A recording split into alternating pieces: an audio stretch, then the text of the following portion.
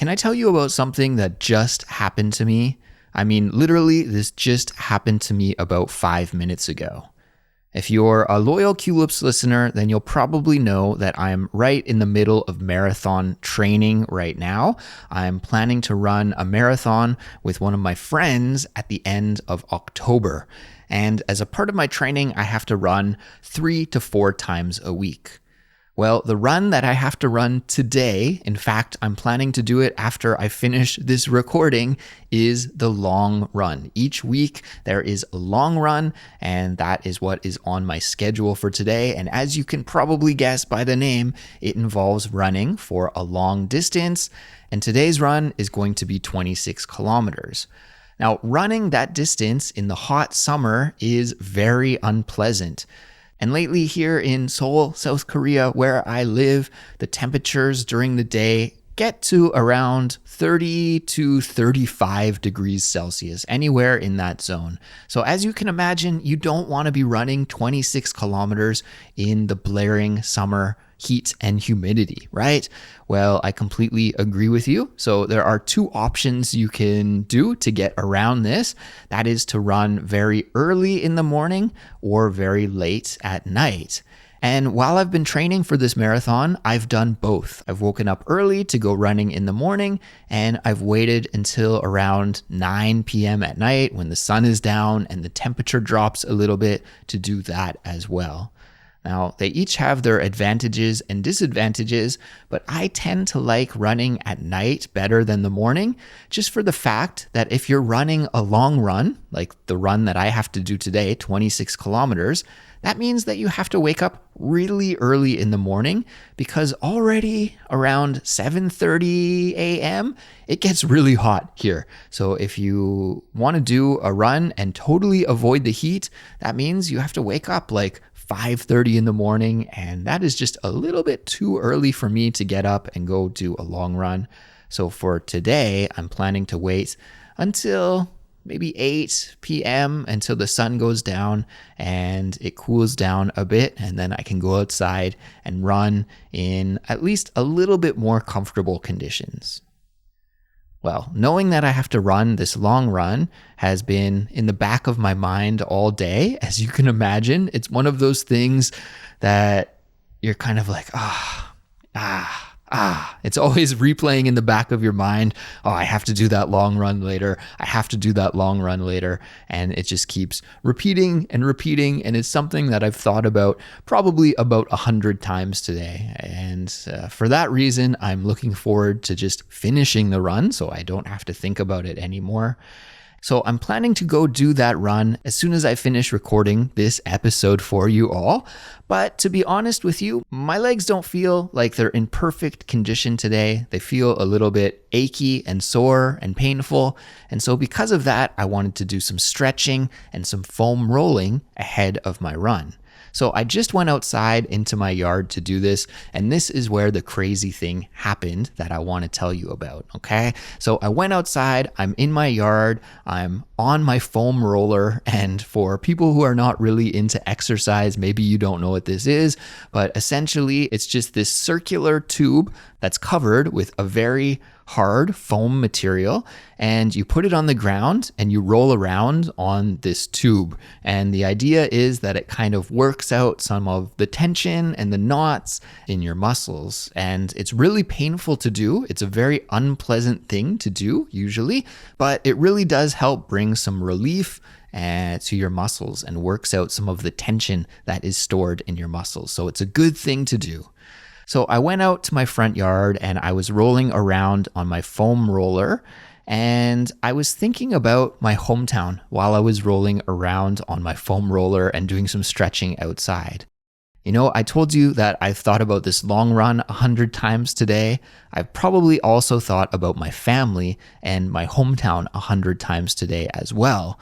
That's because there's a huge forest fire burning in my hometown, which for those of you who don't know, is called Kelowna, British Columbia, Canada. If you go onto Google and you type West Kelowna forest fire, then you'll be able to see some videos and some images of this fire. And the fire started very suddenly. In fact, I just heard about it this morning. My mom sent me a message and said that there is a new fire that is pretty close to where my parents live, to my parents' house. Not too far away. But even worse than that is that it's very close to where many of their friends live. So these fires in Canada, I'm sure many of you have heard about Canada's forest fire season this year. It's been especially bad. As you probably are aware, Canada is a huge country and it's got many forests. And during the summer, when it's dry and there's not that much rain, many forest fires happen. And they've made a lot of international news, especially this summer, because the smoke from Canada's forest fires have been blowing south into the USA and causing a lot of air pollution in the USA. I remember reading earlier in the summer about New York City having some of the worst air quality in the world because of the smoke from Canadian forest fires that were on the east coast of Canada, the eastern part of Canada. But of course, I'm from the western part of Canada. British Columbia is the most western province, and it's a huge problem, everyone. Every summer, Canada burns, and especially my home province, British Columbia, burns. You have these massive forest fires each and every year, and it's just because Canadian summers are very dry. Some other factors involved as well, climate change, and then maybe all it takes is one lightning strike, and then you have this huge forest fire. Or maybe it only takes one person being careless with a cigarette, and then you have this huge forest fire. So a massive issue in Canada. And unfortunately, there's this huge fire burning in my hometown right now. And like I said, the fire is pretty close to where my parents live and very close to where I grew up and where many of my friends' parents still live. So this forest fire is on my mind. And I was thinking about it while I was outside in my yard, foam rolling and stretching. And so in my mind, I thought, we just need some rain. We just need some rain. We need Mother Nature to help out and bring some rain to the situation and help put out the forest fire naturally. I don't want to diminish or put down in any way the important role that all of the brave firefighters play who are out there around the clock fighting this fire and trying to protect the people who live in Kelowna and their homes. And they're doing a great job, of course. They're working super hard. But I was thinking it would be great if we got some rain to help out as well. And can you guess what happened in that moment? I'm not even joking. This is the crazy thing that happened. When I thought of the word rain in my head, I felt a raindrop fall on my head at the exact same time. No joke. And then about 10 seconds later, it just started pouring rain.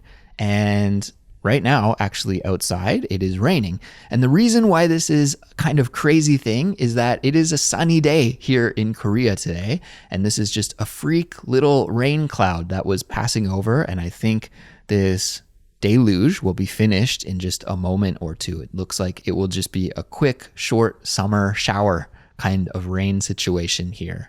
But I thought that was really weird timing. I thought of the word rain, and exactly at that same time, rain started to fall. So I hope this is maybe a good omen and we'll get some rain in Kelowna as well. And everyone that's listening out there, if you could send some good thoughts and some good energy towards the forest fire situation in my hometown, that would be much appreciated. And I hope this forest fire will be under control soon without too much damage and without too much loss of life or property. So with that introduction story out of the way, everybody, why don't we jump into today's episode? For those of you who don't know me, my name's Andrew, and I'm a Canadian living in Seoul, South Korea. And in each bonus episode, I tell you some stories about my week, what I got up to, or what I've been thinking about. And for each episode, there's a 100% free transcript that comes in a PDF file, or there's an online interactive version that's great for studying studying with if you're using a computer or smartphone or tablet to study. And we'll put the link for that transcript in the description for this episode so that you can find it easily. And I hope you'll find it useful for studying along with me here today. I wanted to follow up on last week's bonus episode quickly, the mushroom mystery. Do you remember that one? In that one, I read a news story to you about poisoning in Australia where 3 people passed away and 1 person is in critical condition after eating some very, very poisonous wild mushrooms. And many people messaged me over the last week and asked me for more details and more updates.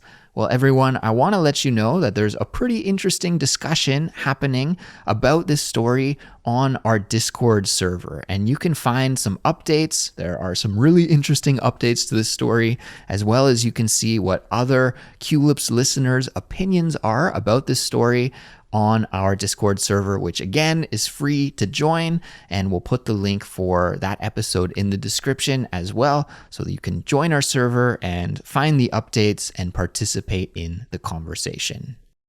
But for today's episode, what I'm going to do is try something a little bit new, and I want to walk back through my past week, day by day by day, and just tell you briefly about what I got up to each and every day. Now, I have a tendency, I'm not sure if you've noticed this about me or not, but I tend to be a chatterbox. I think the name of the Culips series, we have a series called Chatterbox, and it's very fitting because I myself am a chatterbox. And chatterbox just means someone who speaks a lot. So I talk a lot, and for these bonus episodes, often the goal that I have in my mind is to talk just for 10 or 15 or 20 minutes maximum. And then by the time I finish the episode and upload it, well, it's 40 minutes or 50 minutes long. So I'm going to try and not do that today. I don't want to make this episode go on for 2 hours or anything like that. But I want to walk through my Monday to Friday from last week and just share with you some of the highlights about what went on in my life. I had a jam-packed, busy week last week, and so I think I have lots of things to talk about and share with you. So that's the plan for today. So let's start by rewinding and going back to Monday of last week. Here's what I got up to. So last Monday is what's known as a sandwich day here in South Korea. And I didn't know what this meant, sandwich day. I read about it on the internet, and at first I thought it was a day promoting sandwiches, and I got really excited. Like, whoa, are there free sandwiches that are being given out on Monday to celebrate Sandwich Day? But no, it wasn't that kind of sandwich day. Okay, a sandwich day, at least here in South Korea, refers to a day that falls in between a weekend and a public holiday. So Monday was a sandwich day because Tuesday was a public holiday. So that means Monday was sandwiched in between Sunday, which is a weekend day, a day off, and Tuesday, which is a public holiday, which is a day off for many people as well. And so that means that many people end up taking Monday as a holiday as well. Regular company workers will get, a certain amount of holiday days per a year that they can take off, and they often like to take a sandwich day off because that means, well, you could have, for example, Saturday, Sunday, Monday, Tuesday off by just taking one of your vacation days off, right? So it's kind of a good strategy for office workers to get the most out of their limited vacation days. So that is what my wife chose to do. She took Monday off so that she could have the 4-day long weekend. And my mother-in-law also took the day off so she could have the 4-day long weekend. And so my wife invited my mother-in-law over to our house so we could have lunch together. So my mother-in-law came over for lunch, and she didn't come empty-handed. I love this about my mother-in-law. She never ever comes empty-handed. She always brings us lots of amazing food to eat. And so when she showed up at our house, she had her hands jam-packed full of bags, and inside the bags were, guess what? Can you guess what a Korean mother-in-law would bring to your house? Kimchi, of course. So she brought many different kinds of kimchi for us. 4 different types of kimchi, I think, including one type, which I'm not even sure what the name of this is in Korean. And I think this is my first time eating this kind of kimchi, but it's made from the plant part of sweet potatoes. So I'm going to have to find out what that kind of kimchi is called, but it's very refreshing and perfect for the summer. So thanks to my mother-in-law. Shout out to my mother-in-law for bringing the kimchi over. She also brought steaks over. So I was just amazed, so happy. Kimchi and steaks, what an amazing present from my mother-in-law. So that was very, very nice to receive. So after my mother-in-law arrived at our house and we put the kimchi and the steaks away, we went out to eat lunch at a restaurant in our neighborhood. And in fact, we had a little bit of trouble finding a great restaurant to eat at because the restaurant that we intended to go to was closed. We asked my mother-in-law what kind of food she wanted to eat, and she told us what she wanted to eat. And so my wife and I were like, perfect, we know this great place where they serve that kind of food. And then we went there and it was closed. I guess the restaurant was also taking advantage of the sandwich day, so we couldn't go to that restaurant. We had to kind of wander around for a bit until we found a different place. But it was great. We had a nice lunch together and hung out together. And of course, it was nice to hang out with my mother-in-law there for a bit. After lunch, we came back to our house and I brewed some coffee and we sat around and had a coffee. And then my mother-in-law and my wife went out and they, I don't know, went shopping or did something together. I don't know exactly what they did, to be honest. They just spent some time together. Because I didn't take the day off. It wasn't a sandwich day for me. I had to do a bunch of things for Culips. So I did some Culips work while they went off and enjoyed the afternoon together. And I think that was pretty much all I got up to on Monday. Other than that, there was nothing really special that happened. So that was Monday. Let's talk about Tuesday now. Tuesday was definitely the most difficult part of my week from last week, without a doubt, 100%.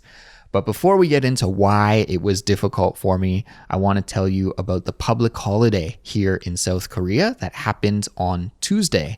So every August 15th, is a day called Gwangbokjeol here in South Korea, and it celebrates Korea's liberation. I think, in fact, the English definition of this day is National Liberation Day, and it's just a great holiday celebrating Korean independence. If you're not familiar with the history of Korea and the colonial period of Korea, when Korea was occupied by the Japanese, well, I would really encourage you to read about it. It's a part of history that's really unknown to many people, I think, but also a really important history and just a great day to celebrate Korea's liberation. And I love the name of this day. It just almost gives me shivers thinking about it. The name in Korean, like I said, is Gwangbokjeol. And if you translate that, Gwang means light and Bok means restore. And jeol is like a word that refers to holiday or festivity. So if you were to translate this literally, it's like the day the light was restored. And I think that is just a really beautiful name in itself. And it gives me shivers just to think about what it must have been like when independence was restored to Korea back in 1945. So a very important holiday here in Korea that we celebrated on Tuesday. And I had the day to myself because my wife met up with some of her friends, and again, they did something that I'm not too sure about what they did. They probably went out for lunch and had coffee and went shopping, those kinds of things that you do when you hang out with your friends. But for me, I went running. Okay, and this is why Tuesday was a difficult day for me, because as you know, because I told you at the top of the show, I'm in the middle of marathon training. The marathon that I'm going to be running is happening at the end of October, which means that I don't have too much time left to get in shape and get ready for this run. I'm about 5 weeks. I think this is week 5 of my training that I'm in right now. So I've been really working hard and I've been following my training plan exactly as it's been laid out. I haven't missed a day or missed any workouts or exercises. It's been really good training so far. And on Tuesday, the run that I had to do was the worst kind of run. It is interval training. And so interval training is where you alternate between running really hard and running really fast, and then taking a few minutes to recover, and then you do it again. You run really hard and really fast, and then you slow down and recover, and you have to do this, 5 or 6 times. Now, up until this point of my training schedule, whenever I've had to do an interval run, it's always been just a short distance. So maybe I'll have to run for 300 meters or 400 meters or 500 meters, or run for a specific amount of time. Run for 45 seconds, run for a minute, and then you recover for a minute. Okay, or run for 500 meters and then walk for 250 or 300 meters. That kind of interval.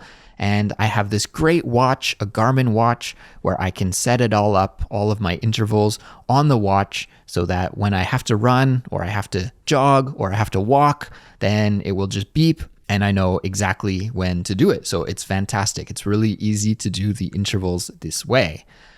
But on Tuesday, the interval training was ramped up, and it went from being, run for a minute, recover for a minute, or run for 250 meters, recover for 250 meters. It changed, and the distance was ramped up to 1.6 kilometers, 1,600 meters. So I had to run as fast and as hard as I could for 1,600 meters, and then I had 3 minutes to recover. Now, usually when I go running, I just go onto this amazing network of paths that they have here in Seoul that are along these different little rivers and streams. And they connect up to the Han River, and it's fantastic. I can start on the little path that's by my house and go to this huge network of paths through there. So it's a really amazing place to run, but it's not so great for this kind of interval training, because often there are many people walking or biking on these paths, and it's great for, jogging, but when you're doing really hard, fast running, sprinting almost, well, then it's not the greatest, because there are many people in the way, and just seeing some guy run at full speed down the path looks very out of place. It's a place for leisurely exercise. It's not a place for hard training. So actually, I think the best place to do this kind of interval training is a running track.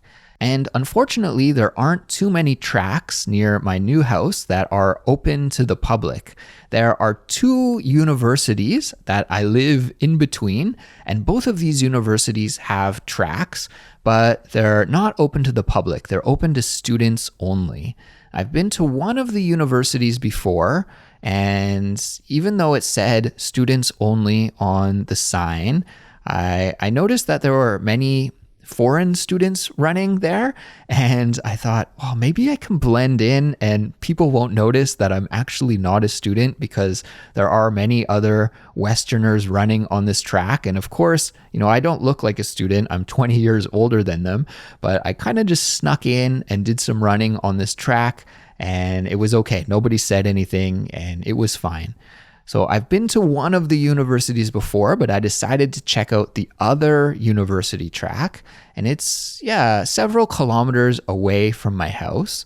And so to get there, I decided to ride my bike.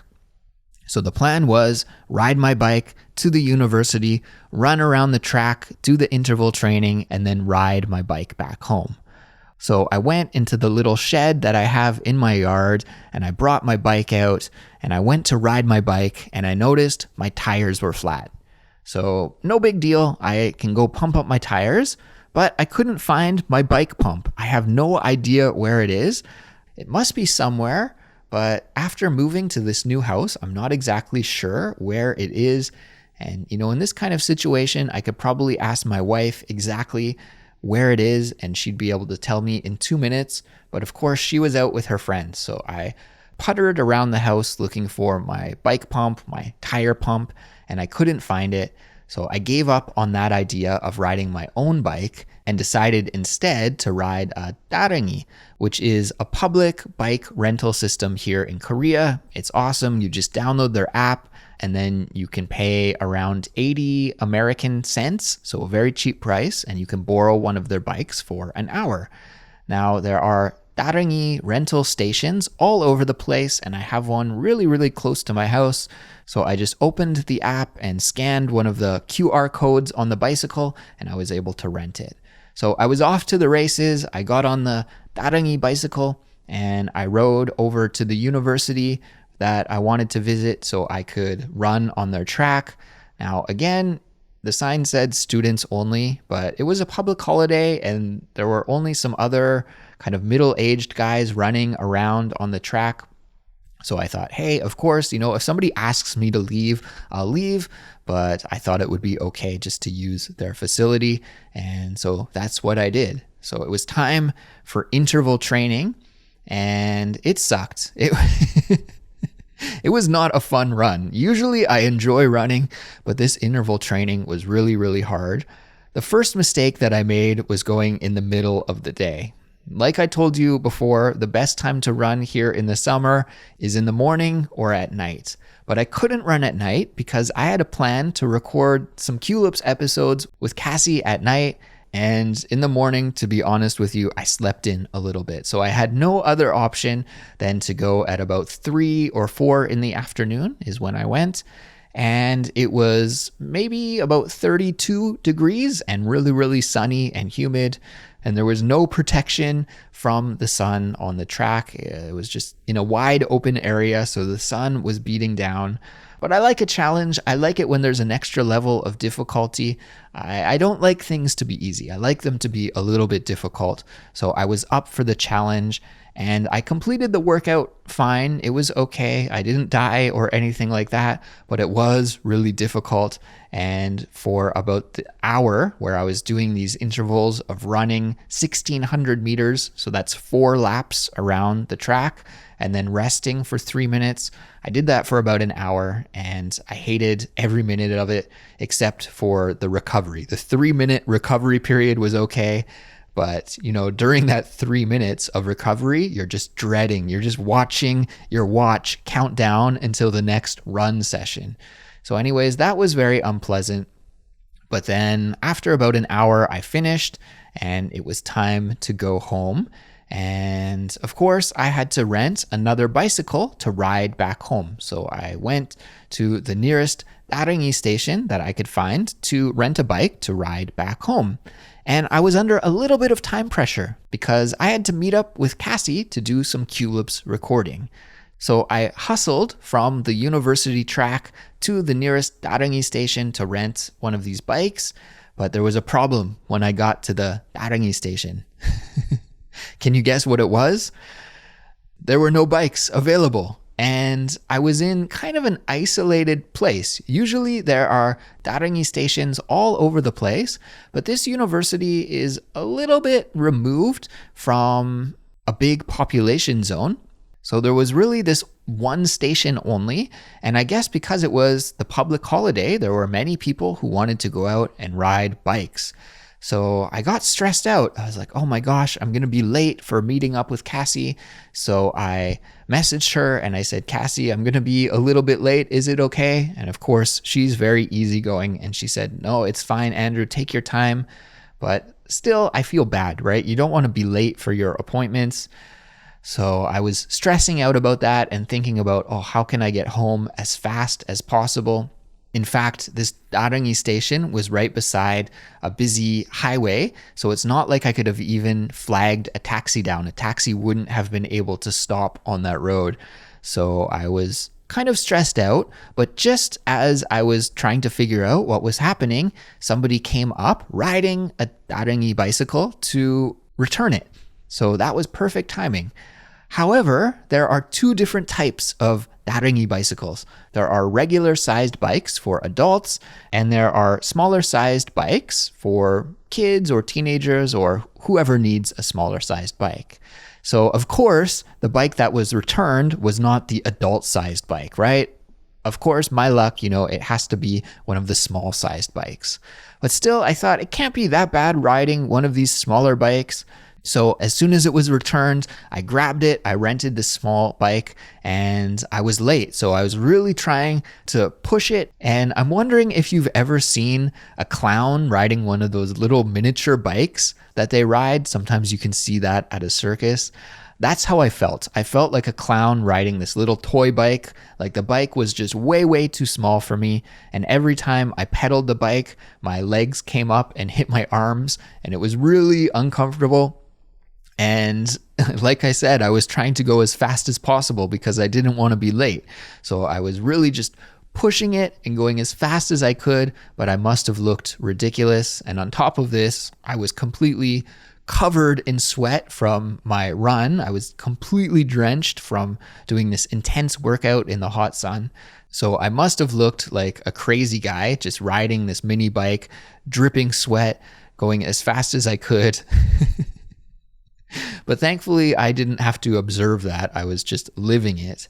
Anyways, after riding the bike for about 10 minutes, it became very uncomfortable. And so what I decided to do was at the next Darangi rental station that I passed is just to hop off the bike and exchange it for a full-sized bike.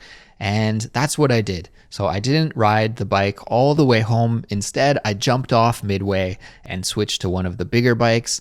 And that was much better. So I was able to get home fairly comfortably. And amazingly, I was only 1 minute late from my recording date with Cassie.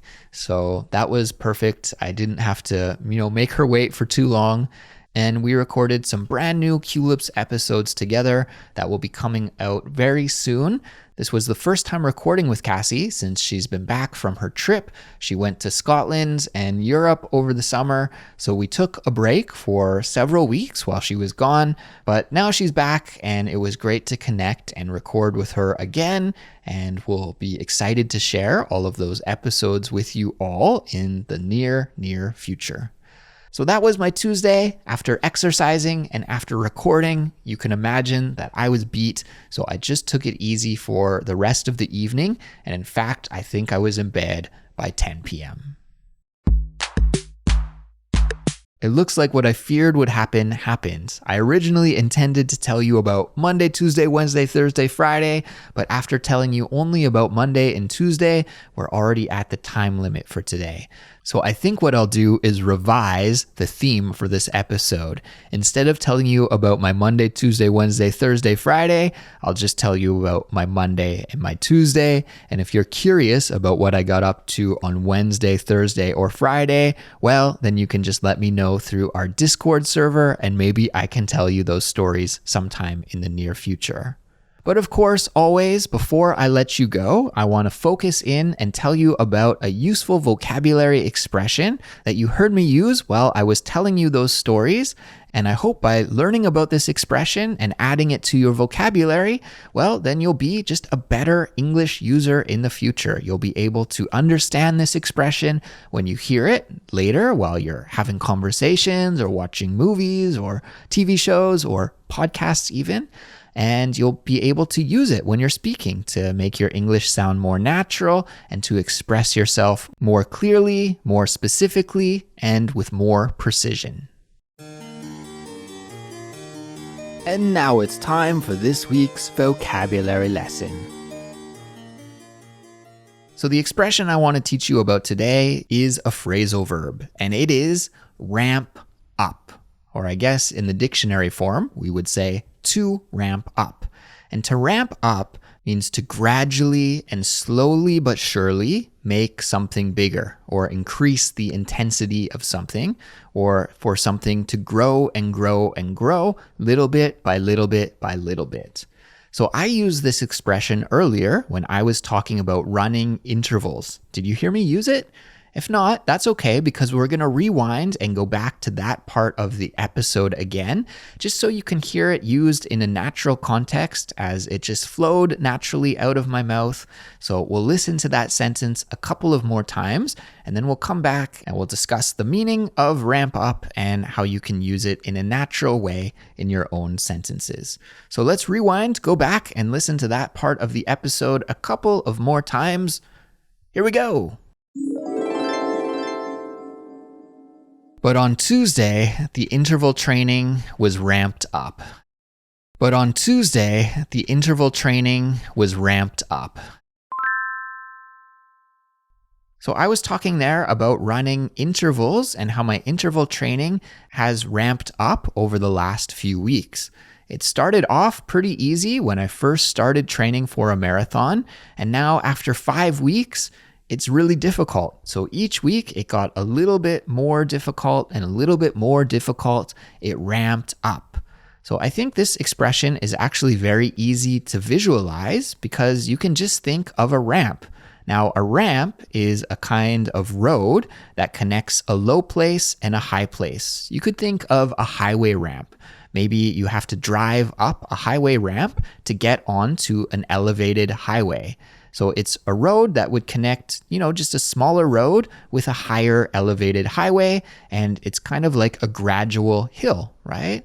So that is a ramp. That is a highway ramp. We also have ramps very often in front of businesses for people who are maybe in a wheelchair. They can't walk upstairs, so instead they have to go up a ramp, and the ramp is just a sloped path that gradually takes people from a low place to a high place.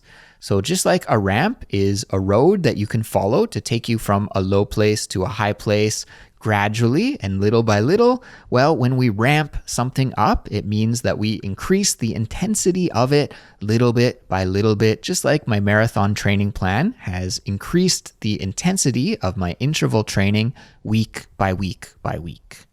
This expression does have a kind of casual tone to it, but just because it's a casual expression doesn't mean that it is inappropriate to use in formal situations. In fact, this phrasal verb is used often to talk about business and the economy. You'll often hear it used to talk about manufacturing in particular. When companies are producing products, often they will ramp up production, especially before sales or holiday times. And I think especially in the fall to winter, you'll hear this used often when it's like Black Friday, a huge sale day in North America, and also around Christmas, when there are many people who do a lot of shopping and buying gifts to give to their loved ones.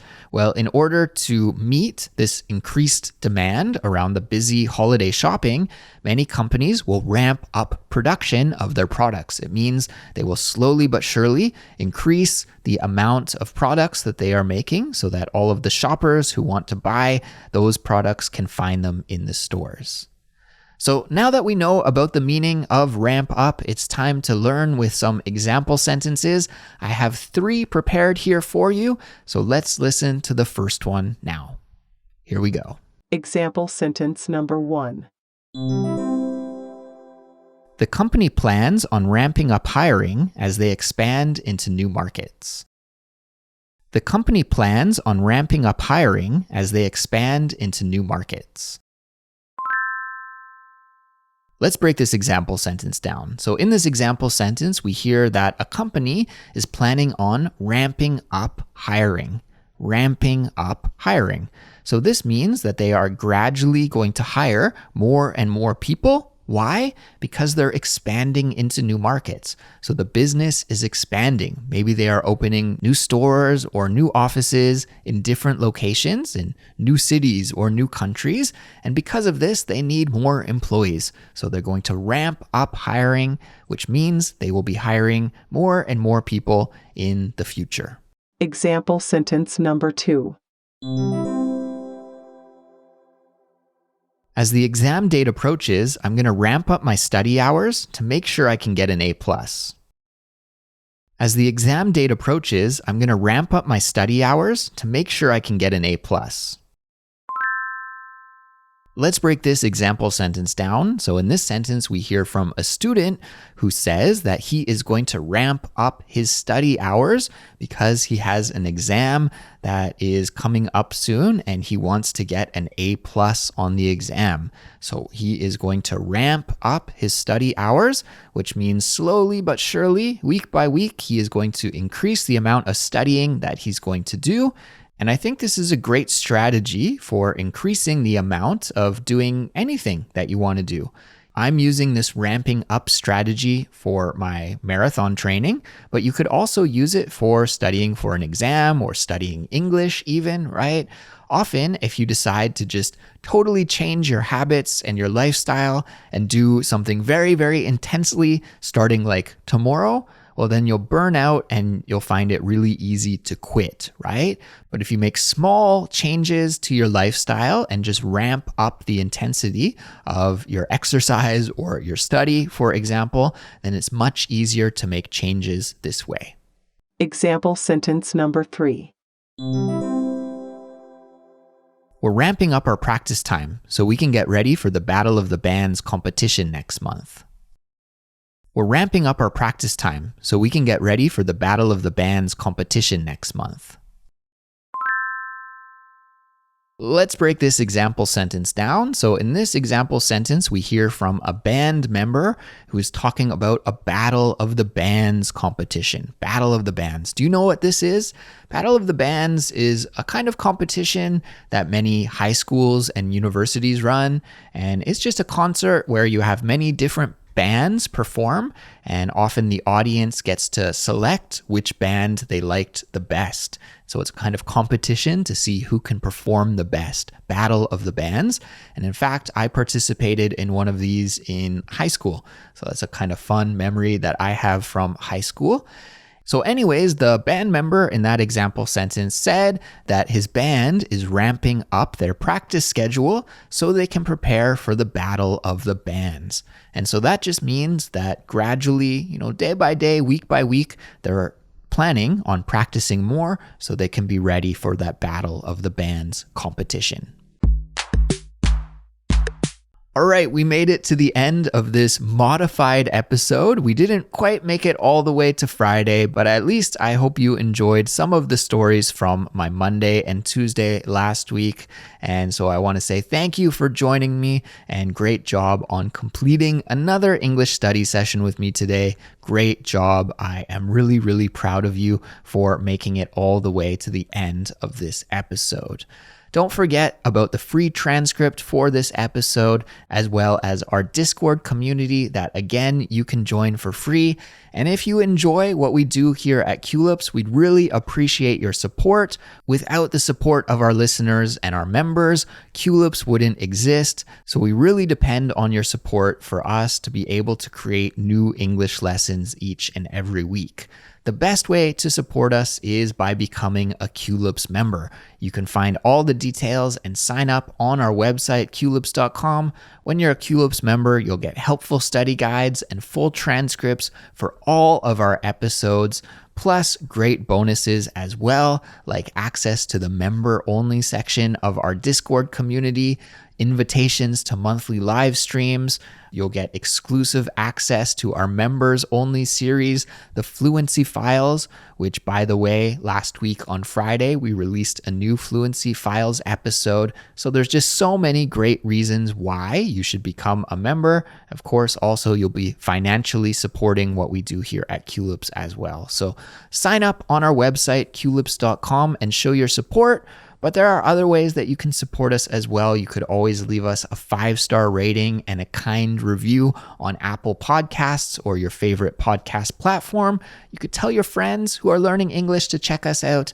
And you can also follow us on social media or join our Discord community. So I think I'll leave it at here for now, everyone. Have a great week. Take care. Happy English studies, of course. And I'll talk to you next time. Bye.